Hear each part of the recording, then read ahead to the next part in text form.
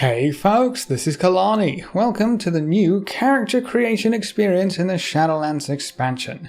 What's that? Nothing looks new, Kalani? Alright, hold on, let's go ahead and press create new character. Okay, this is the new character creation menu for Shadowlands. As you can see, everything has changed. This popped up on the alpha with the latest build, which included Torghast, but many players may have been a bit preoccupied with Torghast and how much fun you can have in the tower, and ended up skipping over this entirely. There are so many customization options coming in the Shadowlands expansion, so it makes sense that we want to create a new UI to accommodate everything that's changing. Before we dig in, if you haven't heard yet, we are streaming over at twitch.tv/KalaniTV. We're having a lot of fun, so you should swing by and say hi sometime.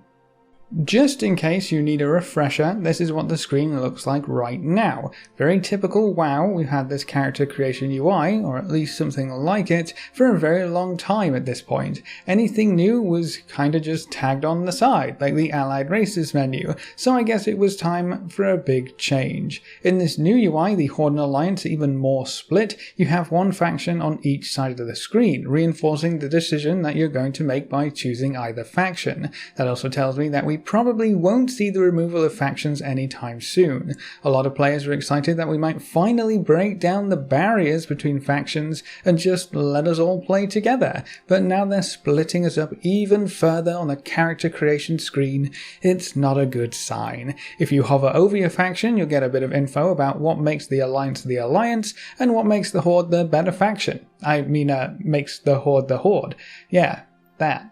You can also hover over any of the races for either faction to see a brief intro of what makes each race tick. The noble humans of Stormwind stand at the forefront of the Alliance against the enemies of Azeroth. The stout dwarves of Ironforge are famed explorers who delve into the world's ancient secrets. You get the idea. There's a short clip for every race, which was always useful to me as a new player to see what race I thought I would fit in with. When you're making your very first character, it has to speak to you on some level, you know? These notes can help you make a decision that you'll be happy with and you can stick with through the leveling process. It's kind of interesting going through the Horde text. It makes them sound a lot less barbaric than it necessarily used to. I don't think the faction rivalry was really included in any of the text or even in the faction overview. Both factions are defending Azeroth. That's kind of the extent of the whole war thing, which is really interesting. If they changed everything before BFA, I guarantee they would try to focus more on the faction conflict, because that's what they tried to sell with the entire expansion, but now we're leaving that behind once again. I guess they want to emphasize that we're at peace now, or at least the closest thing we're going to get for now. You can right-click on any of the races to get a bit more info, which in this case just literally means see their racial abilities. It's always nice seeing what racial effects your choice will have, so it's an important part to include. But if you compare the info that we get on this new character screen, it's actually quite a bit less than what we have right now on live. Maybe they'll add to it before this goes live, or maybe they're just trying to simplify quite a few things. We have the male or female markers at the top. I guess it makes sense to have it in the middle as both factions can pick from both genders, shockingly. The overall layout reminds me of newer MMOs and how they've tried to modernize character creation, and as we go a bit further, you're no doubt going to see some more similarities.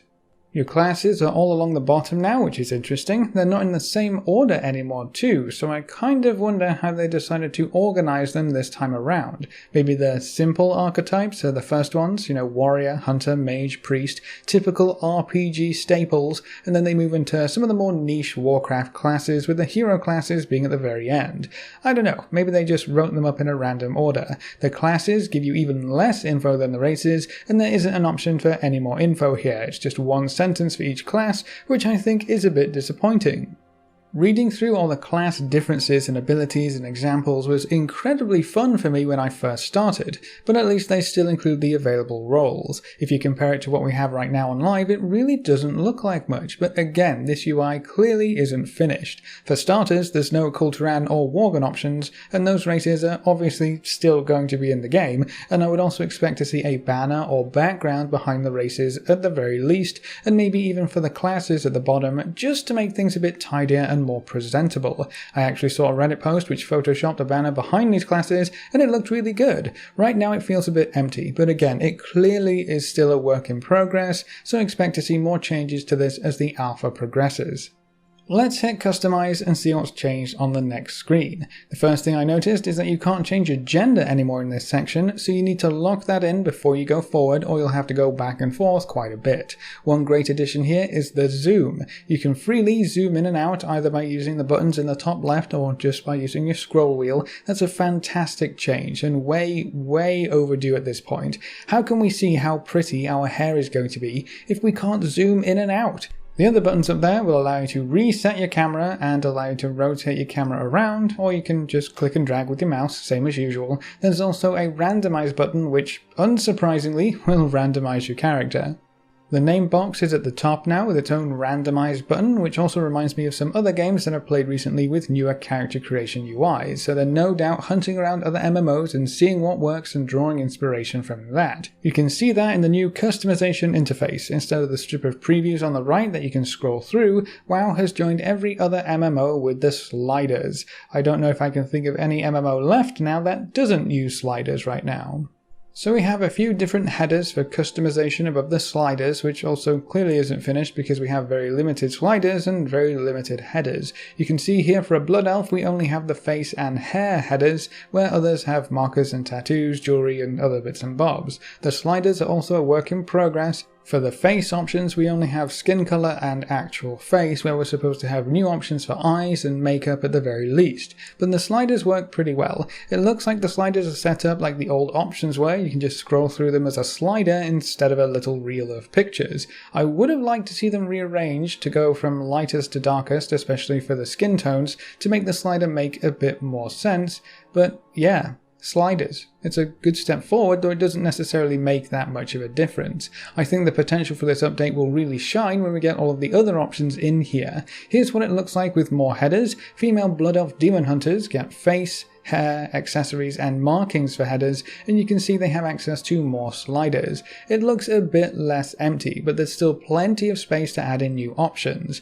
Overall, I think the dev team are just trying to give the UI a facelift because it's a bit dated for sure, and despite this still being incomplete, they've done a great job. They could add so many extra options to this newer interface without having to patch it in and just tag it on like they did with the Allied Race button. Building these newer UI elements with the future in mind is definitely a good thing.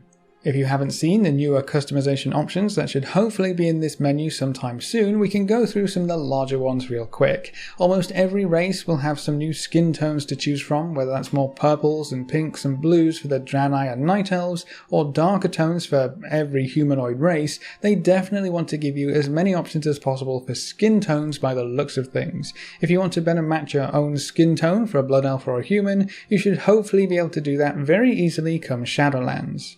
The next big change comes to eye colours. Most races will have the option to change their eye colour and also have the option for a blind eye or two, and on top of that you can even choose different colours for each eye. Eyes have been fixed to the face option for the entirety of WoW up to this point, so it'll be nice being able to choose your face and eye colour separately for once. I'm actually really excited for eye colours. They might seem insignificant, but they end up being a huge part of your facial features in any game. A lot of races have also been given new tattoo options. We had the Demon Hunters, then the Zandalari Trolls, and now we also have Trolls joining that list with a range of very cool war paint-like tattoo options, both on the face and for the full body, and in a wide variety of colours. This should make any Troll player very happy indeed. Night Elves have also been given some similar options to show off some nature marks. I don't think they have many colour options just yet, but that may also just be a work in progress. Keep an eye out for more customization in the coming months. I doubt the dev team will be done with this anytime soon. Dwarves are also going to get a whole bunch of tattoos, so if you want to rep a certain clan, you can pick up their tattoos in whatever colour you think fits best and run around naked to really show off the dwarves' painting skills. Tattoos are available for both male and female for most races so far. I might not be able to show every single picture on screen because I just want to highlight some of the larger changes that you can expect to see added to the list of headers and sliders for all races before Shadowlands goes live. It might look kind of sparse now, but that's not going to be the case when all this stuff gets added in. Another large update is coming for the Undead race. A no bones look was seemingly on the table for a long time, but it's finally here with the Shadowlands customization changes. It looks a bit wonky right now, you can still see parts of flesh sticking out of the calves that they typically have, but it's a great start. If you are tired of your bones poking through your robes and armor and everything else, you should be excited for this one in particular. Apart from that, you should expect to see some new hairstyles for most races, new hair colours to go along with them, some makeup options for a few races, lots of new tattoos, lots of skin tones, and even some new jewellery. We're not too sure if this is real, but it looks pretty awesome. Body jewellery for blood elves? It's kind of like a different type of marking or tattoo, right? So it's not totally far-fetched to hope this would make it into the game. I can't wait to see all this stuff in the game and in the new customization interface either way. It's really going to flesh out the entire thing and make it look like we have lots of options instead of just bare bones character creation. But that's the new customization UI in the Shadowlands Alpha and some of the new customization options you can expect to see when this expansion goes live. What do you think from what you've seen so far? If you could add one customization option to a race in the game, what would it be? Leave all your thoughts in the comment section below. If you want to explore the Alpha and all it has to offer alongside us, you can join us live at twitch.tv/KalaniTV. A big thank you to all of our supporters over on Patreon and our subscribers on Twitch. You can see their names floating by on screen. If you want to join these lovely guys and gals, you can find links in the description below. Remember to leave a like just below the video before you leave. If you want to see more, make sure to subscribe. But apart from that, thanks for watching folks, good luck and have fun, and as always I will see you next time.